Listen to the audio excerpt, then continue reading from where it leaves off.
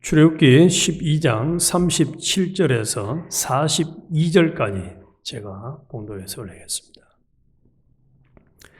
이스라엘 자손이 라암셋을 떠나서 숫곳에 이르니 유아 외에 보행하는 장정이 60만 가량이요 수많은 잡족과 양과 소와 심이 많은 가축이 그들과 함께 하였으며 그들이 애굽으로부터 가지고 나온 발교되지 못한 반죽으로 무교병을 구웠으니 이는 그들이 애굽에서 쫓겨남으로 지체할 수 없었음이며 아무 양식도 준비하지 못하였음이었더라. 이스라엘 자손이 애굽에 거주한 지 430년이라. 430년이 끝나는 그날에 여호와의 군대가 다 애굽 땅에서 나왔은즉 이 밤은 그들을 애굽 땅에서 인도하여 내심으로 말미암아 여호와 앞에 지킬 것이니 이는 여호와의 밤이라. 이스라엘 자손이 다 대대로 지킬 것이니라. 아멘. 오늘 아침에는 열째 재앙과 출애굽의 시작이라는 제목으로 같이 은혜를 나누겠습니다. 출애굽기 12장은 이스라엘 백성의 애굽 탈출을 앞두고 하나님께서 유월절 규례를 제정하시고 또 첫 번째 유월절을 시행하신 내용입니다. 이는 애굽의 장자를 치는 심판과 하나님의 구속 계획을 상징하며 동시에 예수 그리스도의 대속의 사역을 예표하는 아주 중요한 사건입니다. 1절에서 20절까지는 유월절의 제정과 구원의 약속에 대해서 말씀을 하십니다. 하나님께서 모세와 아론에게 이스라엘을 위한 새로운 달력을 제정하라고 명령합니다. 첫째 달 10일에는 각 가정에서 흠없는 양을 골라야 하며 14일째 되는 날 해가 지면서 어린 양을 잡아야 합니다. 그리고 양을 잡으면 반드시 이제 피가 나오죠. 그 7절에 보면 그런 말씀이 있습니다. 그 피를 양을 먹을 집 좌우 문설주와 임방에 바르고 그 밤에 그 고기를 불에 구워 무교병과 썬나물과 아울러 먹되라고 말씀을 했습니다. 그래서 어린 양의 피를 문설주에 바르고 또 그 양의 고기는 누룩 없는 떡, 무교병과 썬나물과 함께 먹어야 된다고 말씀을 하십니다. 그러나 누룩이 들어간 음식을 먹는 자는 이스라엘 회중에서 끊어질 것이라고 말씀을 해주고 있습니다. 그래서 26절에 보면은 이후에 너희의 자녀가 묻기를 이 예식이 무슨 뜻이냐 하거든 너희는 이러기를 이는 여호와의 유월절 제사라.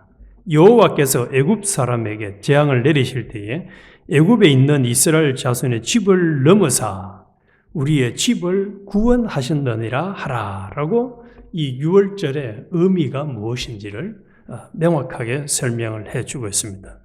그런데 이 절기에 대한 구체적인 내용은 내일 13장에 나오기 때문에 오늘 아침에는 넘어가도록 하겠습니다. 21절에서 30절 사이에서는 유월절 어린 양의 피와 하나님의 심판 그리고 피의 적용과 죽음으로부터의 보호를 설명해 주고 있습니다. 이 출애굽이라는 사건은 인간의 수고와 노력이 전혀 들어가지 않고 전적으로 하나님의 강한 손으로 이끄심이라는 것을 명확하게 보여주고 있습니다. 그래서 모세는 장로들에게 어린 양의 피를 집에 바르는 하나님의 명령을 따르라고 말씀을 합니다. 그래서 그날 밤 죽음의 천사가 애굽의 모든 마다들을 죽이고 또 가축에 처음 난 것을 다 치실 때에 이스라엘 사람들은 문에 묻은 피 덕분에 살아남았습니다. 희한한 일이죠. 피 발랐다고. 문설주와 임방에 피 발랐다고 살아남고 나머지 반대로 29절을 한번 보십시오. 29절에 보면 밤중에 여호와께서 애굽 땅에서 모든 처음 난 곧 왕이 앉은 바로의 장자로부터 옥에 갇힌 사람의 장자까지와 가축에 처음 난 것을 다 치심해 그 밤에 바로와 그 모든 신하와 모든 애굽 사람이 일어나고 애굽에 큰 부르짖음이 있었으니 이는 그날에 죽임을 당하지 아니한 집이 하나도 없었음이었더라. 피를 바르지 아니한 애굽의 그 왕의 집이든 모든 사람들의 집에 있는 장자와 짐승들의 첫 번째 것은 싹 다 죽었습니다. 싹 다 죽었어요. 그래서 큰 부르짖음이 있었다. 바로는 애굽의 마다들과 짐승들이 죽어나가는 것을 보고 그 두려움에 압도되어서 이스라엘 사람들이 떠나도록 허락을 합니다. 우리가 지금까지 묵상을 해왔습니다만 9가지 재앙이 내릴 때마다 끔찍끔찍 놀라긴 놀랐는데 우리를 내보내라 하는 그 하나님의 모세를 통한 요구를 거절했죠. 다 거절했어요. 그런데 이제 이 마지막 10째 재앙을 통해서는 얼마나 이 모세와 또 온 백성들이라고 말씀하죠. 애굽 사람이 다 일어나서 한 이 사건이 놀라운지를 보여주고 있는데, 그래서 이스라엘 백성들이 이제 애굽을 떠나도록 허락을 합니다. 이처럼 하나님은 애굽의 10번째 재앙인 장자의 죽음을 통해 이스라엘 백성들을 해방시키셨습니다. 그런데 이스라엘의 출애굽은 430년간의 애굽 종살이에서 해방되어서 하나님께서 약속하신 땅으로 나아가는 첫걸음을 시작합니다. 이는 하나님의 구속 역사에서 아주 구원의 기념비적인 사건입니다. 하나님께서는 애굽의 모든 장자를 치심으로 하나님의 능력과 주권을 나타내셨습니다. 애굽의 바로와 백성들은 큰 울음소리로 하나님의 심판을 경험하며 이스라엘의 하나님을 두려워하게 됩니다. 그래서 31절부터 42절에 보면은 이제 이스라엘이 애굽에서 출발하는 내용이 나오는데, 이 이스라엘의 출발과 하나님의 구원 역사가 얼마나 대단한가. 바로는 하나님의 심판에 굴복해서 이스라엘 백성을 급히 내보냅니다. 그냥 좀 준비해가지고 좀 잘 챙겨서 가라 이렇게 내보내는 게 아니에요. 얼마나 급박하게 내보내는지 31절 제가 한번 볼게요. 31절부터 36절까지 보겠습니다. 밤에 바로가 모세와 아론을 불러서 이르되 너희와 이스라엘 자손 일어나 내 백성 가운데서 떠나 너희의 말대로 가서 여호와를 섬기라.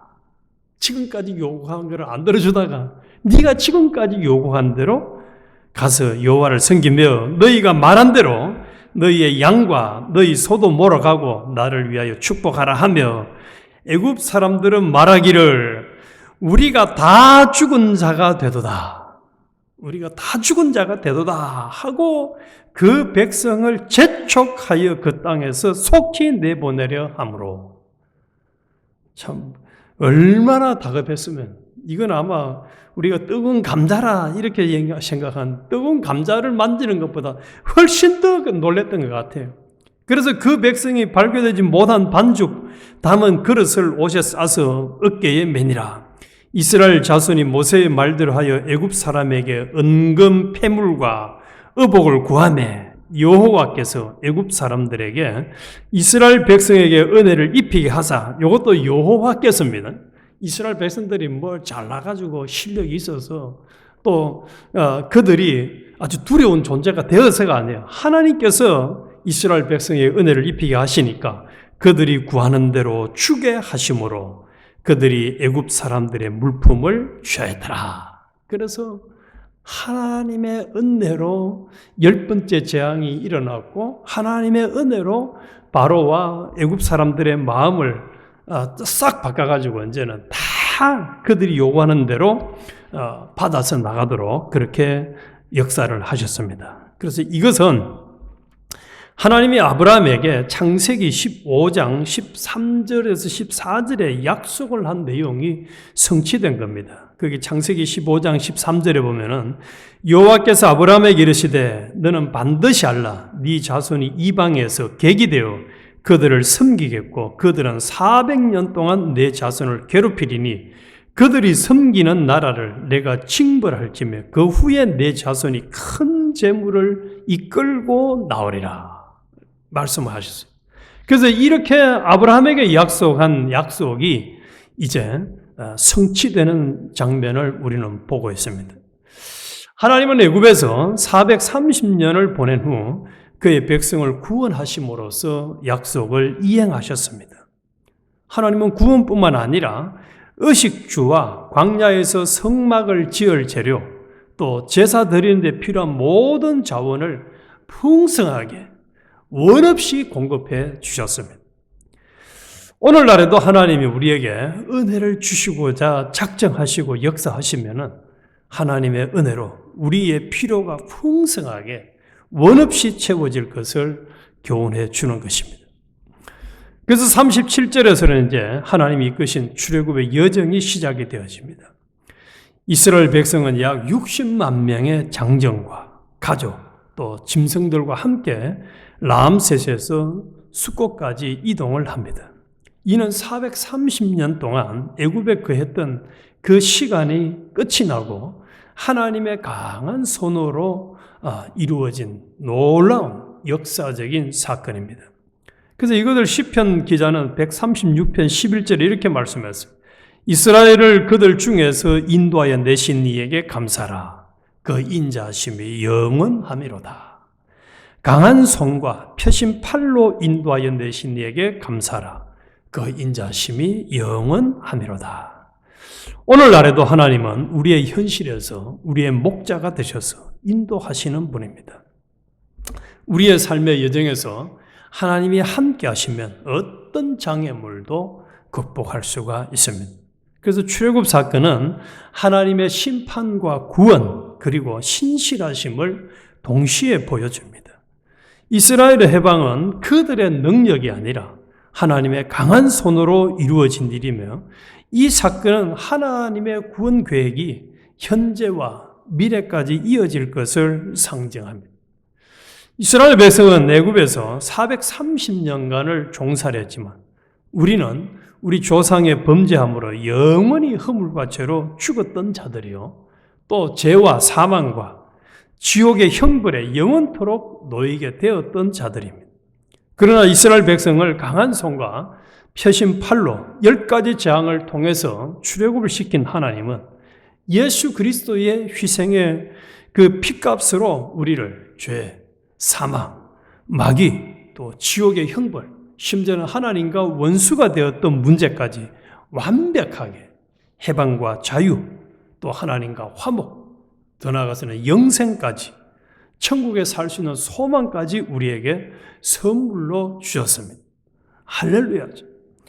이스라엘 백성이 유월절의 절기를 영영히 지킴으로 구원의 은혜를 잊지 말아야 하듯이 우리 또한 예수 그리스도를 통한 이 구원의 은혜를 한순간도 잊지 않아야 합니다. 그래야 배은망덕한 삶을 살지 않을 수가 있습니다. 그래서 고린도후서 5장 15절에는 그가 모든 사람을 대신하여 죽으심은 살아있는 자들로 하여금 다시는 그들 자신을 위해서 살지 않고 오직 그를 대신하여 죽었다가 다시 살아나신 이를 위하여 살게 하려 함이라 말씀을 했습니다. 전적인 은혜로 구원을 받은 우리 성도는 이 고린도후서 5장 15절 말씀대로 나를 구원하시기 위해서 대신 죽었다가 살아나신 그 목적대로 우리 자신을 위해서 살아가는 악한 삶을 우리는 버려야 합니다. 그래서 사도 바울은 빌립보서 1장 21절에 이는 내게 사는 것이 그리스도니 죽는 것도 유익함이라고 고백을 한 대로 우리도 살아야 합니다. 내게 사는 것이 그리스도가 되도록 하는 요 삶이 이 유월절 또 출애굽을 제대로 기념하는 사람이죠. 내가 하고 싶은 대로의 은행 심사를 하는 것이 아니라 나의 주인이시요 또 목자 되시는 주님이 나의 모든 심령과 몸 또 은행 심사를 지배하고 나는 순종하는 삶을 살아야 합니다. 예수님이 그런 말씀하셨죠. 내가 누군지 알고 싶으면은 나를 행동하는 걸 봐라. 그러면 아버지를 알 수 있다. 우리를 보는 것이 바로 예수님을 보는 것이 되어 하나님이 보는 것이 되어지기까지 자기를 부인하고 순종하는 삶. 이 삶이 출애굽을 제대로 기념하는 삶이죠. 그래서 우리는 온전히 내 속의 옛사람을 부인하고 하나님의 말씀에 적극적으로 온전히 순종하는 주인공이 되어야 하겠습니다. 동시에 우리는 출애굽 사건을 통해서 교훈받은 대로 하나님의 주권적인 인도하심과 신실하심을 신뢰하면서 살아야 하겠습니다. 그래서 이 말씀을 가지고 우리에게 적용 질문을 4가지로 해보겠습니다. 나는 그리스도의 피의 능력이 나를 죄로부터 보호하고 구속해 주실 것을 온전히 신뢰하고 있는지, 또 나는 전적인 은혜로 출애굽 역사를 하신 하나님의 신실하심을 믿고 존중하며 살아가고 있는지, 또 나는 하나님의 약속은 확실하며 430년 후에 구원할 것을 약속한 대로 성취된 것처럼 우리에게도 약속이 성취된다는 것을 온전히 신뢰하고 있는지, 그리고 매일 내 삶 속에서 예수님의 대속 사역을 기억하며 감사하며 순종하며 살아가고 있는지, 이것을 우리는 계속 점검을 하면서 이 출애굽 사건이 전적인 하나님의 은혜로 이루어진 것처럼 우리가 구원받은 것도, 또 지금 이 순간, 오늘 미국 전역에서 이제 추수감사절이라고 다 즐기고 하는 이 때에 우리는 받은 은혜, 또 함께 하신 은혜, 전적인 하나님의 은혜에 대한 감사함으로 오늘도 이제 내게 사는 것이 그리스도니가 되기까지 순종하는 믿음의 참 멋진 주인공 되시기를 주님의 이름으로 축원합니다. 기도드리겠습니다. 주님, 애굽에서